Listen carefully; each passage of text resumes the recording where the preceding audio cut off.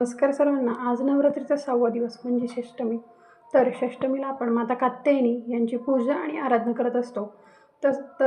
कथा अशी सांगितली जाते की महर्षी कात्यायनांनी कठोर तप आणि परिश्रम करून मातेला प्रसन्न केले होते, तेव्हा मातेने कात्यायनी हे रूप धारण केले होते.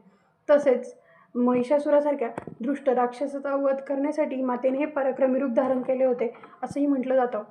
तर मातेचं स्वरूप पाहूया आपण. त्या सिंहावर आरूढ असतात.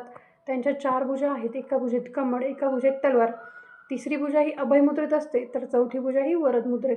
असं त्यांचं पराक्रमी दिव्य स्वरूप आहे.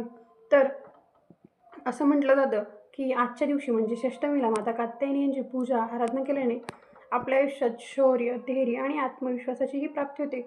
तसेच ज्यांच्या आयुष्यात अडचणी, नकारात्मकता आहे त्यांच्याही अडचणी, नकारात्मकता हे दूर होतात. आणि ज्या कन्या म्हणजे ज्या मुली अविवाहित आहेत त्यांना इच्छित वर प्राप्तीसाठी ही माता कात्यायनी यांची उपासना केली जाते. तर मी माता कात्यायनीकडे प्रार्थना करते की सर्वांना शांती, सुख आणि समृद्धी लाभो. तर माझा मी व्हिडिओ इथं थांबवते. आवडला असेल नक्की लाईक करा आणि कसा वाटला तेही सांगा. धन्यवाद.